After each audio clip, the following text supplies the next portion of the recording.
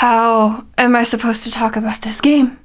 What can I even possibly say about this Maple Leafs team? How can I possibly think of words to talk about how this game went down and how it ended? Welcome to From Center Ice. My name is Courtney, and the Toronto Maple Leafs lost game number 5. And not only did they lose game number 5, but they lost this game in spectacular fashion. They lost this game in only a way that the Toronto Maple Leafs can lose a playoff game. Before we talk about this trash heap, let's get some positives out of the way. I have 2 of them for you. 1, John Tavares was skating on the ice today. 2, John Tavares was at the game today. There you go. There's your positives. Now I'm going to go over the questions I had for this game because that is the only possible way I can think of to talk about this game. Question number 1. Will they clean up their first period? Oh my god, no they didn't. I don't know if the Toronto Maple Leafs came into this series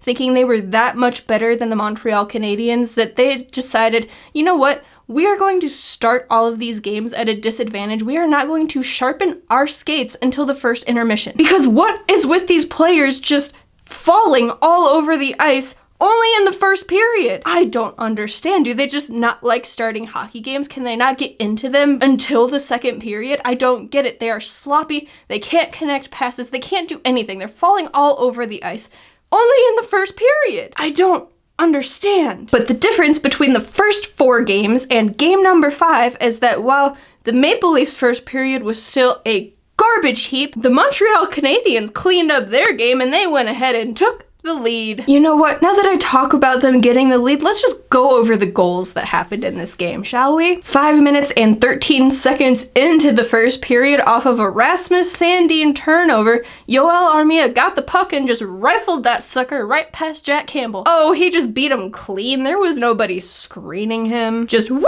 nice shot right past Jack Campbell. 1-0 Montreal, and we were all feeling fantastic, weren't we? But, you know, it's only 1 goal. That's fine. The Maple Leafs are more than capable of scoring 1 goal. It's early in the game. It's 5 minutes in. Totally fine. Until 8 minutes and 18 seconds into the first period when Yoel Armia got his second goal of the game, the second goal for the Montreal Canadiens. The game was 2-0. The Toronto Maple Leafs were in a hole and they didn't look like they were capable of digging themselves out of it. Of course, it was still the first period, but oh my god, they were playing like trash. And this goal, what happened? The puck got to the front of the net. All of a sudden, Jack Campbell's just laying on his side. There's Maple Leafs defenders around, but they're just kind of watching the puck and not doing anything about it. And Armia sneaks in and just goes, oh, I'm gonna tap this in, no problem. Just right under Jack Campbell, into the net.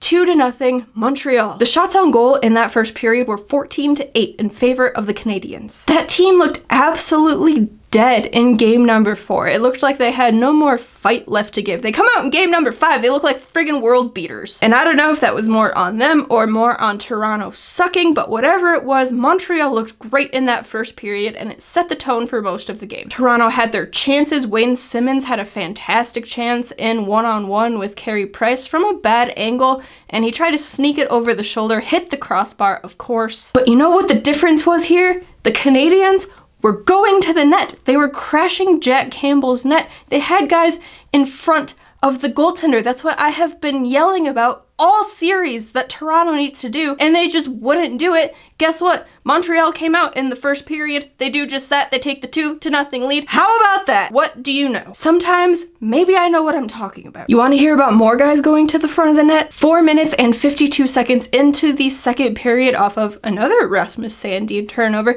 Jesperi Kotkaniemi takes the puck from him, wraps it around to the front of the net, but he sticks with it and he jams it past Jack Campbell because he can't cover it up. Go to the front of the net. Good things happen. You want more evidence of this? 6 minutes and 32 seconds into the second period, Mitch Marner has the puck. He's taken it around, draws Carey Price out of position, throws it toward the front of the net. It looks like it hit off of Zach Hyman, but I don't think it did. He whiffed on the puck, but he was there in front of the net. The Montreal defenders were all over the place. Shea Weber was trying to play goaltender, but the puck just squeaks through because not only did they have to worry about the initial shot, but Zach Hyman was right there. They had to respect that he could get the puck and shoot it in himself, and it was 3-1. Toronto was finally on the board off of a dumb play But that's what you have to do. You have to get to the net, throw pucks to the net, stop with trying to find the pretty plays when you're down, when you have the chance to close out the series. If you win this game, you just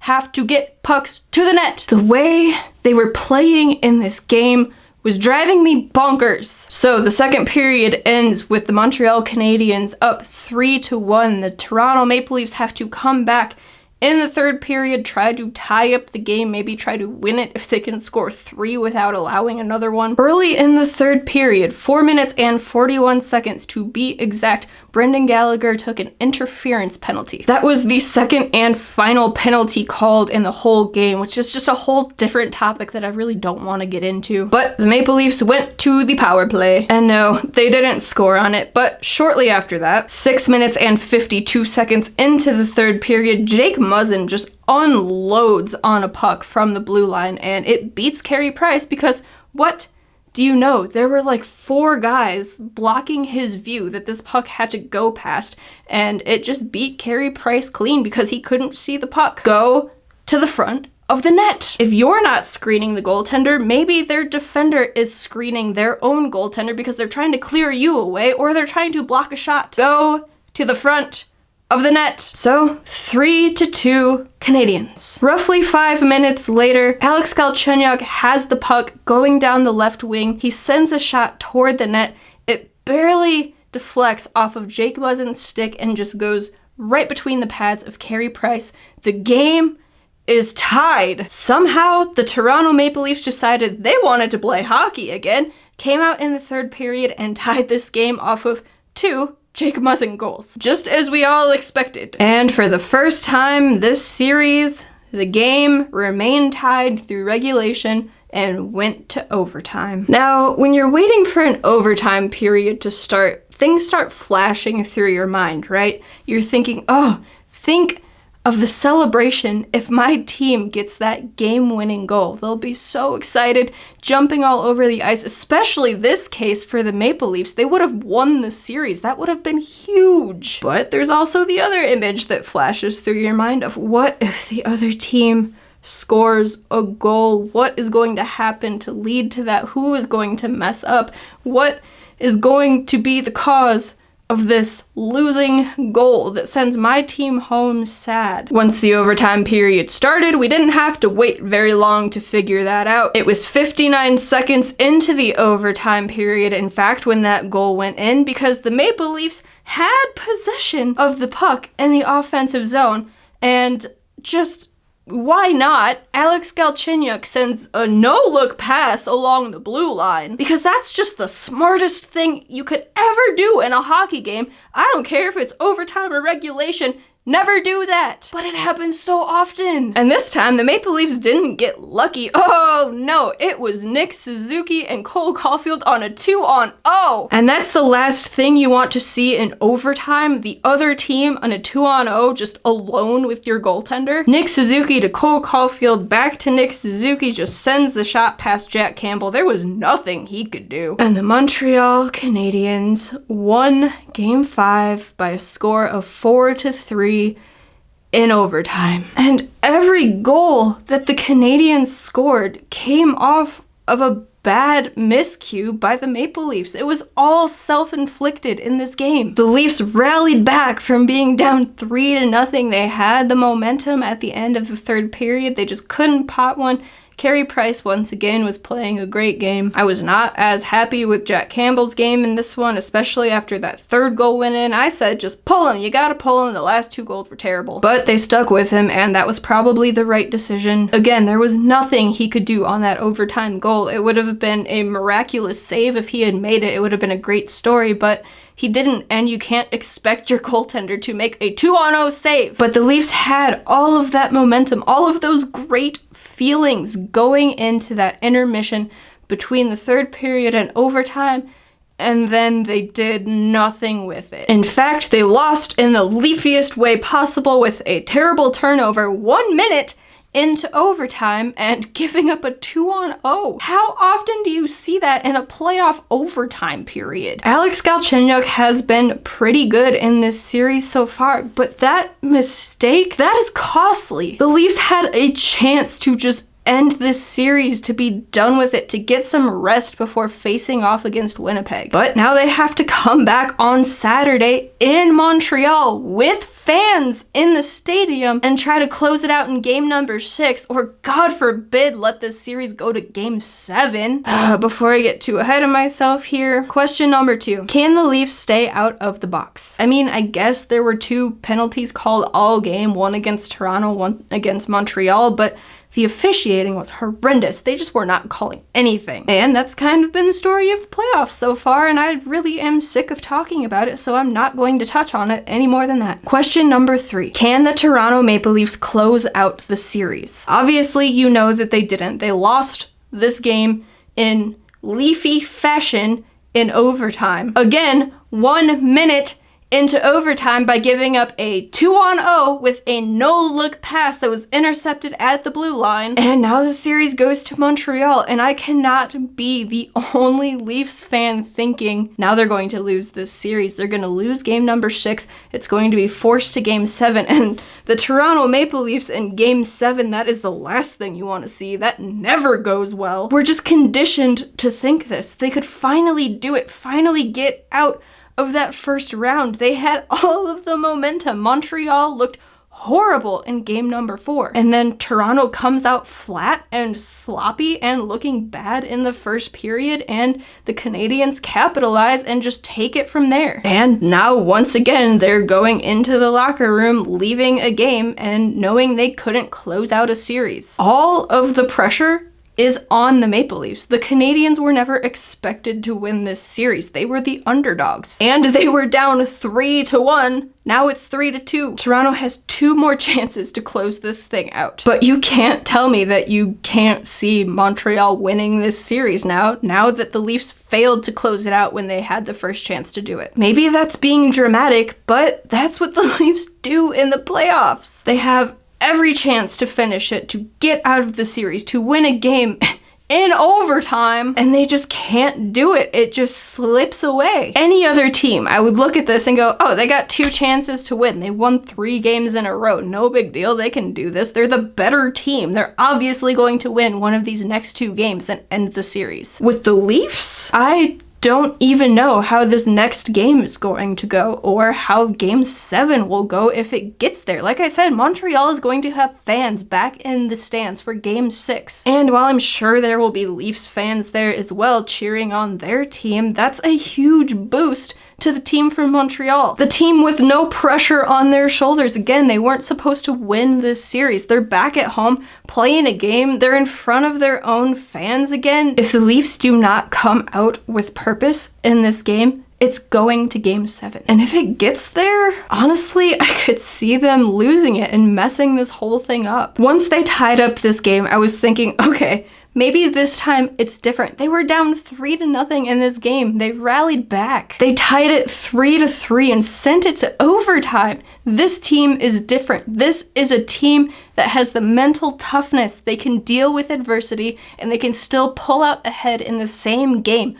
Win the game, win the series, they're off to Winnipeg. But there's a horrendous turnover in the first period of overtime, and it's in the back of the Leafs net, and Montreal takes the win. So it's just a rinse and repeat cycle. Great team. Oh, you have hope they're finally going to do it. What happened? And then the dread sets in. Why is Toronto Maple Leafs hockey always equivalent with pain? Sure, maybe it seems dramatic. It was 1 costly turnover in 1 overtime period in game number 5. There's still 2 games that could possibly be played. But this is the Toronto Maple Leafs. I have no confidence that they can close this thing out. They show us year after year after year that they have a chance to finally do it, and then they blow it. This year, the team is a lot more balanced. They're better defensively. So you would think that would be a check mark in the positive column that would be able to propel them to at least the second round. And we did see that mostly for the first 4 games. But in this one, how many times was Jack Campbell just being harassed in front of the net? And it worked. They know that that they have to come out in Game 6 and just do that, and they'll probably be okay. And despite Campbell giving up 2 bad goals, that's not even anything against him. It's just this Maple Leafs team, this core of players. They just can't seem to get it done when they have the chance to do so. I sure hope that they prove me wrong in the next game, and I look silly looking back on this video after they just waltz to a win. I would be fine with being wrong at that point because I would be happy. But I don't know, guys. Here are my questions for game number 6. Question 1. Will Mitch Marner bother to show up to game 6? I've talked about Joe Thornton being bad for this team so far in this playoff series, but Mitch Marner, oh my goodness, dude, you are being paid way too much money to be this invisible. I think I groan with dread every time I see him out there for a shift. It's like he either does nothing, which just results in a quick turnover, or he tries to do too much and it gets turned over anyway. I'm pretty sure that first goal for the Leafs in this game will be credited to him in the end, so hey, you gotta go, congratulations. But Mitch has been bad, and if the Leafs want to go anywhere this playoff season, he's gotta be better. Plain and simple, Mitch Marner has to be better. Question 2. Can the Leafs strike first? First goal of the game, super important. Then you're ahead, you're not chasing the game. But especially in Montreal, facing Carey Price, who they haven't really been able to solve all that much, which is funny to say because they have scored a lot of goals in this series, but they've also been robbed a bunch of times, and they should have more goals in this series. He looked really good today, and they basically lucked into the 3 goals that they got. Add on top of that the Canadiens are going to have fans at the Bell Center. The Leafs need to score first and take the life out of that arena. Because if the Habs score first,